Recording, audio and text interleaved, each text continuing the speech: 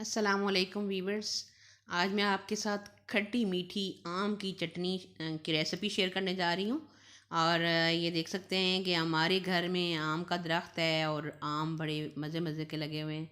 और इसके साथ में जो है वो आम की चटनी बनाऊँगी। और अभी मैं आपको उसके इंग्रेडिएंट बताऊँगी। और बस अभी मेरा जो है वो रात को प्रोग्राम बना के मैं आपको जो आपके साथ जो है वो आम की रेसिपी चटनी की रेसिपी शेयर करूं। वरना मैं दिन को आपको दिखाती कि हमारे दरख्त के आम जो है वो कितने मज़े के और कितना ज़्यादा फला है इस दफ़ा दरख्त। तो अभी हम शुरू करते हैं, बिस्मिल्लाहिर्रहमानिर्रहीम। अभी हम आम के छिलके उतार के तो आधा किलो आम जो है वो हम कर लेते हैं, अलग कर लेते हैं गुठलियों से छिलके उतार के। ये एक आम जो है हमारा थोड़ा सा पीला निकल आया, उस तरह से पका हुआ तो नहीं था, लेकिन वो भी मैंने साथ शामिल कर लिया क्वांटिटी बराबर करने के लिए कि आधा किलो तक होनी चाहिए। तो ये हमारे आम है आधा किलो। और उसके साथ जो है बाकी जितने भी चीज़ें हैं उसमें मैं शक्कर इस्तेमाल कर रही हूँ। 2 कप शक्कर है। और उसके साथ है काला नमक 1 टीस्पून। और सफ़ेद नमक है साथ उसके आधा टीस्पून। और उसके साथ है अजवाइन 2 चुटकी। और उसके साथ है धड़ा मिर्च 1 टीस्पून। और उसके साथ ज़ीरा है 2 टीस्पून। और उसके साथ हरी मिर्च 2 टीस्पून है। और अदरक 1 टीस्पून। और उसके साथ हमारा आखिरी इंग्रेडिएंट जो है वो है काली मिर्च। और अब हम अपनी रेसिपी को जो है वो शुरू करते हैं। पहले हमने जो है पूरे कच्चे आम जो हैं वो डाल लिए देगचे में। और उसमें 1 कप पानी हम शामिल करेंगे। और दरमियाना आंच पे जो है वो हम इसको ऊपर से ढक के बंद कर देंगे। जब ये गल जाएंगे अच्छे से तो हम साथ बाकी अपने इंग्रेडिएंट भी शामिल करेंगे। और उसके बाद जो है वो हम इसको ग्राइंड कर लेंगे। तो उसके बाद फिर हम इनको पकाएंगे। तो अभी जो है वो हम इनको बंद करेंगे, ढकेंगे। और इसको गलने तक जो है वो दम में रखेंगे। अब हम अपना जो ज़ीरा और अजवाइन है वो यहाँ पर हल्का सा उसको जो है वो गरम कर लेंगे। जब हल्की सी खुशबू आने लगे तो फिर हमने नीचे से आंच बंद कर देनी है।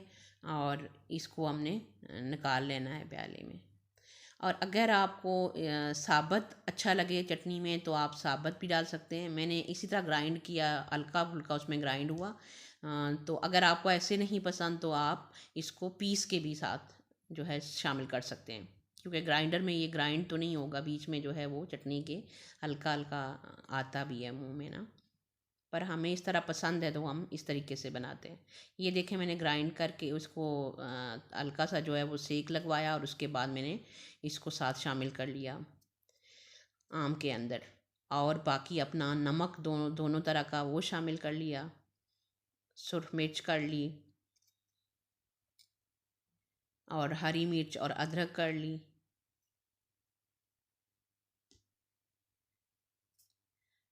सही जब उबल गया, गरम हो गया, तो उसके बाद मैंने ये सारी शक्कर भी अभी शामिल कर ली।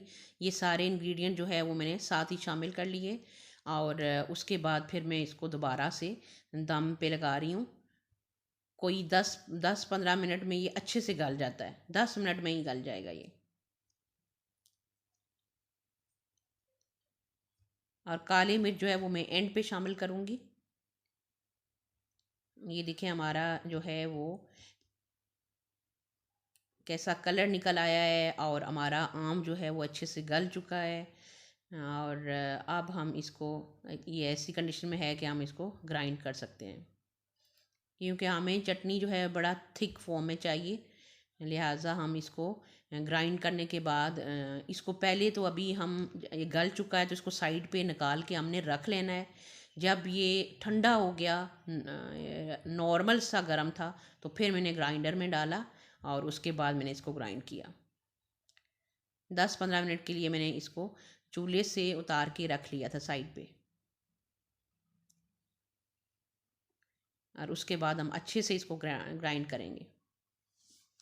आपको अगर कलर जो है वो फ्रेश पसंद हो तो आप शुगर का भी बना सकते हैं, ताकि उसमें बिल्कुल जैसे मैंगो का कलर होता है उसी कलर में जो है वो चटनी आपके पास उसी कलर में आ जाती है।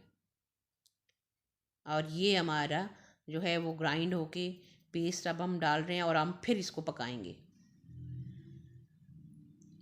और अच्छा सा जो है वो मज़े का थिक और स्लेस टाइप लेयर सी जब इसकी आएगी तब हम चूल्हा जो है इसका बंद करेंगे।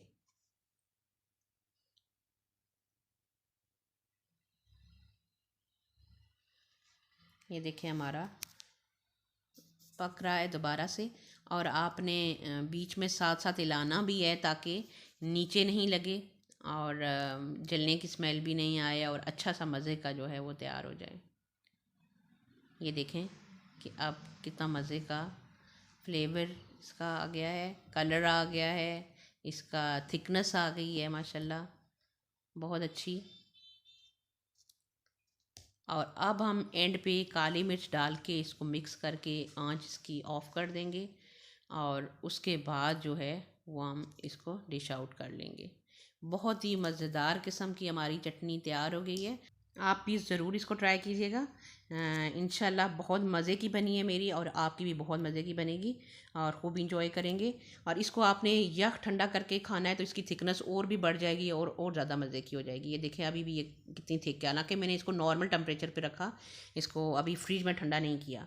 तो इंशाल्लाह ज़रूर इसको ट्राई कीजिएगा। अब मिलते हैं हम नेक्स्ट रेसिपी में, तब तक के लिए अल्लाह हाफिज़।